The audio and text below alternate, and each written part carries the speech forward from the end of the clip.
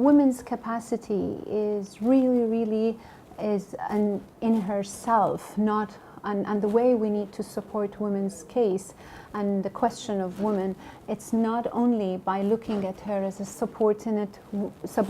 weak vessel in the society, but also look at her as someone who's potential. I could now start to look at not only women, but as women and men both in the work field, and how we can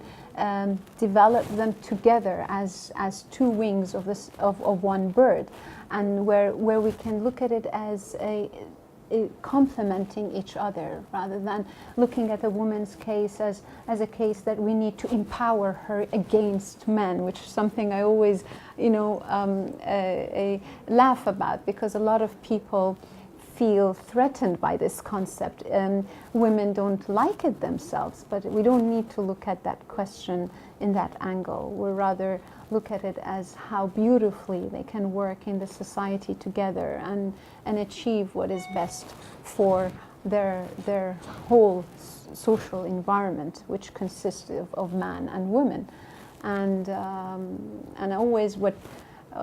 pushes me to work in that angle is that realization that man or woman, they are just basically, they all have a same soul, and that soul is not identified by gender. And I work with souls now, not only with,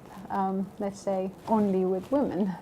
When I graduated from my high school, I was a typical Omani woman who was facing challenges herself, where my father said, no, you're not going to go abroad, you have to study in Oman. And I was like,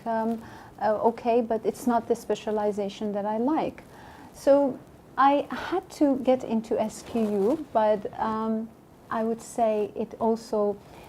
opened new doors for me, because by majoring in literature, it really allowed me to look at,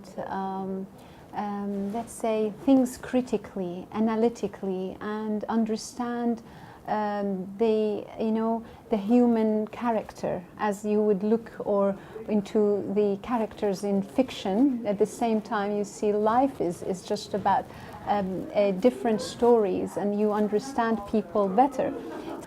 And on this occasion, I'd like to congratulate the Omani women, and not only women, but also families and the whole society,